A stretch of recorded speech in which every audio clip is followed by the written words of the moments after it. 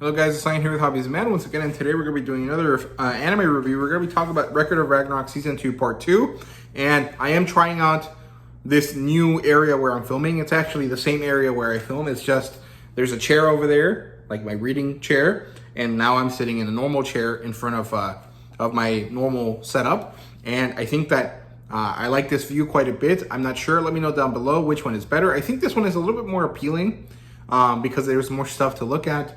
But I find the other one a little bit more comfortable for myself. So I'm willing to kind of try both and enjoy both areas and kind of have like different videos be in different areas. I don't really care too much. I'm just asking which one is more appealing to you guys. Let me know down in the comments. But today we're going to be looking at Record of Ragnarok Season 2 Part 2. I've seen some people call it Season 3. It is not. It is Season 2 Part 2. It is the last 5 episodes to finish off the second season.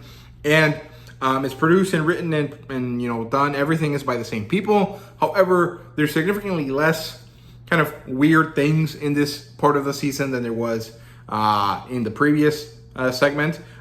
There's not that weird like Back in Black kind of riff that they were trying to play without having to pay AC/DC for.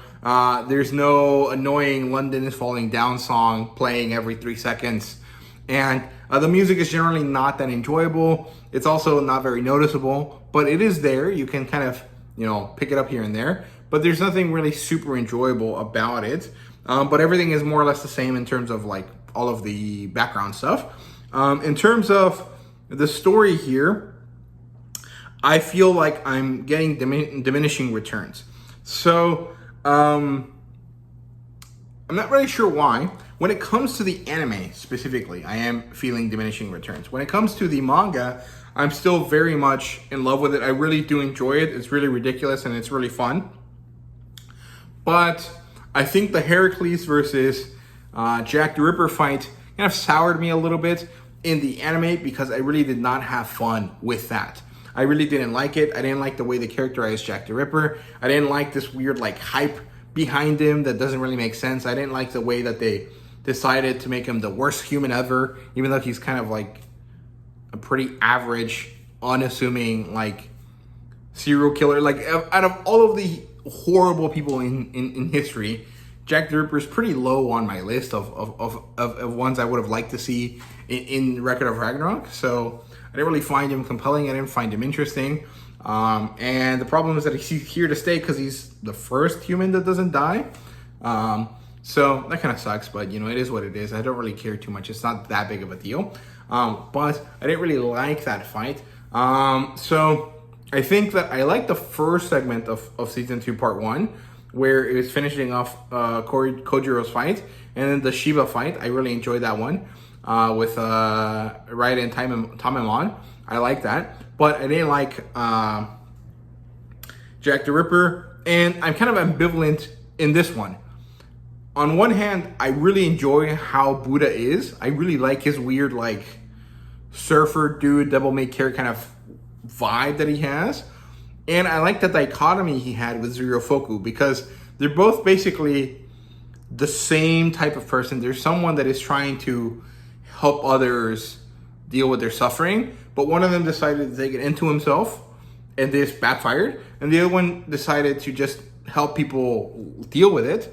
And honestly, the way that Buddha is portrayed here, he didn't even really help them. He kind of just like spouted some ideas that he had, and people took them to be very meaningful. And so I like that dichotomy between them, the kind of like two sides of the same coin kind of vibe that they had together. So I enjoyed that aspect. I really like the way that the characters kind of combine.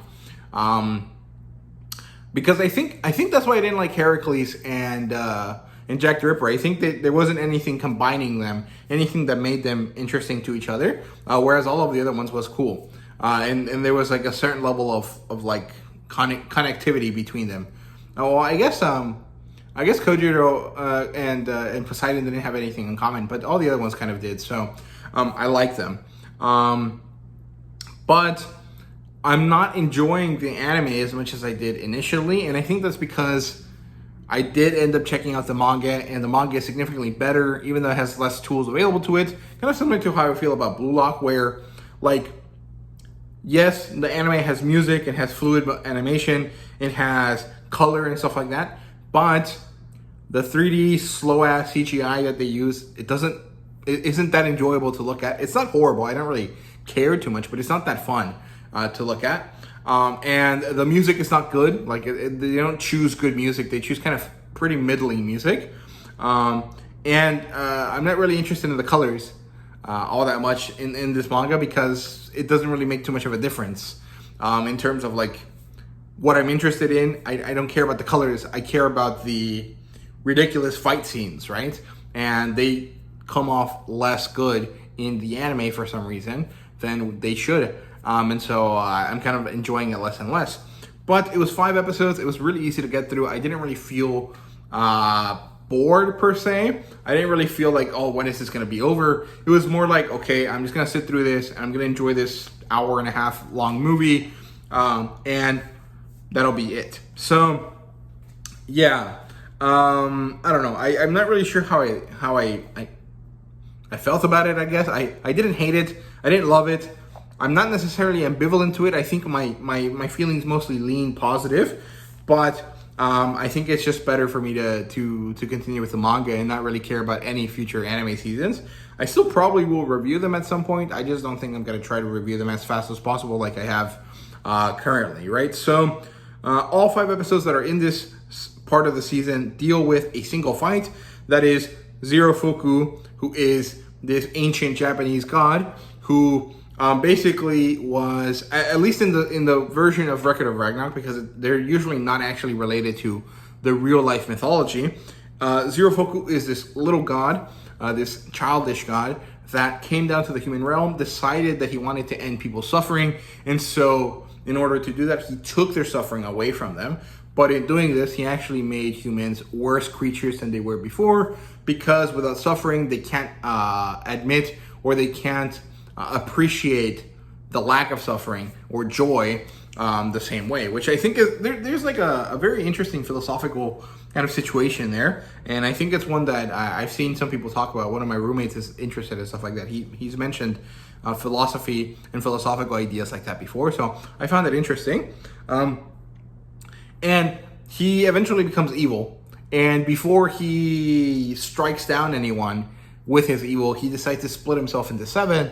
And so he becomes the 7 gods of fortune. And these were introduced at the end of the previous part of the season. And they all dislike Buddha. And the reason that they dislike Buddha, we later find, is because Buddha managed to achieve what Zirofuku was trying to do without even being a god. And so this affected Zirofuku negatively, and this caused his downfall. And then throughout the fight, Buddha manages to bring Zirofuku back and also to release him of his suffering. And then because that is too quick of a fight, what happens is that apparently Beelzebub applied something to Zirofuku that then released itself into this evil demon called Papia. And I don't like this name. It's kind of really stupid sounding, but whatever. And I think there is some element of like the Buddha story that is represented in this fight between Buddha and Papia, but I'm not really sure. But it sounds relevant.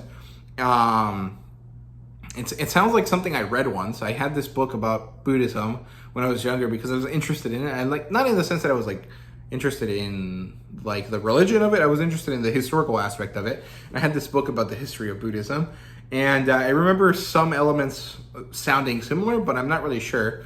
Because like I said, Record of Ragnarok doesn't really take real mythology. It kind of makes its own thing with these characters, kind of implementing something about them. And well, I kind of lost interest after Zirofuku became Papia. I'm not going to be dishonest with you. I do think that it was a lot less interesting because Papia is just this like insurmountable opponent. He has no history. He has no attachment. He's just kind of this like big bad guy, and it doesn't really matter. However, the elements that happen with Papia and the way they affect Buddha, I thought was enjoyable. And so in general, I did like this fight, but everything else about the anime, the plot line was fine. Everything else was the stuff that really kind of downgraded my enjoyment quite a bit. So yeah, And that's basically it. I don't know. I think that ultimately, I'm not going to continue watching this. I am going to switch exclusively to the manga.